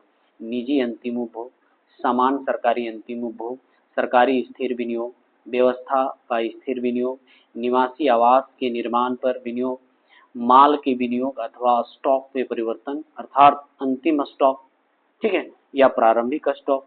फिर है 7वां में शुद्ध निर्यात, यानी शुद्ध निर्यात का मतलब है कि कितना आप निर्यात कर रहे हैं और कितना आयात कर रहे हैं, तो दोनों के बीच के अंतर को जोड़ा जाता है। तो यहाँ पर देख सकते हैं व्यय विधि में जो है दिखाया जा रहा है आपका फॉर्मूला, ये जो फॉर्मूला दिखाया जा रहा है वो जीडीपी एमपी, ठीक है ना, बड़ा पहला दूसरा तीसरा चौथा पांचवा छठा सातवां कुल मिलाकर के सबको जोड़ना है, ठीक है ना। तो ये क्या है, तो व्यय विधि के घटक हैं कि आप व्यय विधि के द्वारा जो है जीडीपी कैसे मेजर करेंगे, ठीक है ना। अब पहले हम लोग क्वेश्चन में आते हैं तब समझ में आएगा। अच्छा, यहाँ पर जो है अंतिम व्यय करने वाली आर्थिक इकाई क्या है, परिवार क्षेत्र पर जो हम लोग खर्च करते हैं, उत्पादक क्षेत्र पर खर्च करते हैं, सरकारी क्षेत्र पर खर्च करते हैं, शेष विश्व पर खर्च करते हैं, ठीक है ना। तो ये मेरा खर्च है, इसको जोड़ना होता है। फिर व्यय विधि में सावधानियां भी कुछ है ना, बिना सावधानी के अगर आप गलती कर गए तो फिर आपका जो है व्यय विधि से सही सटीक आंसर नहीं निकलेगा। मध्यवर्ती व्यय को सम्मिलित ना किया जाए, जो भी अभी हमने कहा कि 10 रुपये गन्ना खरीद रहा है ना, पर पीस, और उसको बनाने में 1 केजी बनाने में 20 रुपया लग रहा है, मार्केट में चीनी जो है 40 रुपये केजी बिक रहा है, तो इस सब को नहीं जोड़ना है। ये दोनों जो है मध्यवर्ती है, इन दोनों को नहीं जोड़ना है बल्कि 40 रुपया को जोड़ना है, ये बता रहा है, ठीक है ना। अभी दूसरा कहता है कि पुरानी वस्तुओं और वित्तीय संपत्तियों पर किए जाने वाले व्यय को सम्मिलित ना किया जाए। जो है पुरानी वस्तु है, डिप्रिसिएट है, उसका वैल्यू खत्म हो गया तो उसको नहीं जोड़ना है। फिर बोले कि स्वयं प्रयोग की गई 100 उत्पादित अंतिम उत्पाद के मूल्य को सम्मिलित किया जाता है, यानी खुद भी तो हम मान लीजिए जिसका उद्यम है, जिसका उद्योग है, वो भी तो अपने लिए यूज कर रहा है, तो उसका भी वैल्यू को क्या करना होता है, जोड़ना होता है। चलिए सीधा हम लोग एग्जाम्पल में चलते हैं और यही वीडियो अंत हो जाएगा बच्चों। थोड़ा सा लंबा तो हो रहा है लेकिन चैप्टर पूरा क्लियर हो रहा है, ठीक है ना। बोला कि व्यय विधि का प्रयोग करके गणना करिए। बोला क्या क्या, एनएनपी एमपी, एनडीपी एमपी, फिर शुद्ध घरेलू आय, ठीक है, जिसको एनडीपी कहा जाता है, ठीक है। उसके बाद एनआई। अब यहाँ पर जो है आपके पास मद क्या है, यानी आइटम क्या क्या दिया हुआ है, तो 7 यानी 10 आइटम है। बोले समान सरकारी अंतिम उपभोग, सरकार जो खुद के लिए जो है 100 करोड़ उपभोग कर रहा है, खर्च कर रहा है। शुद्ध अप्रत्यक्ष कर 120 करोड़, आर्थिक सहायता जो है 60 करोड़, अस्थायी पूंजी निर्माण जो है 50 करोड़, स्टॉक शुद्ध मूल्य वृद्धि जो है 40 करोड़, मूल्य ह्रास कितना हो जा रहा है 140 करोड़, निजी अंतिम उपयोग यानी उपभोग व्यय कितना है 200 करोड़, निर्यात कितना हो रहा है 90 करोड़, आयात कितना हो रहा है 20 करोड़, एनएफआई से कितना मिल रहा है तो 300 करोड़। चलिए अब हम लोग जो है एनएनपी निकालते हैं, एनएनपी निकालते हैं सबसे पहले। अच्छा, एक कॉन्सेप्ट आप लोग को मैंने बताया था, ठीक है, एनआई में नेशनल फर्स्ट चैप्टर में जो राष्ट्रीय आय हमने पढ़ाया, उसमें जो है हमने बताया है कि जीडीपी क्या है, ठीक है ना। जीडीपी जो है एक लेखा वर्ष के अंदर यानी सभी अंतिम वस्तुओं और सेवाओं के मौद्रिक मूल्य को जोड़ा जाता है, तब वो क्या कहलाता है, जीडीपी।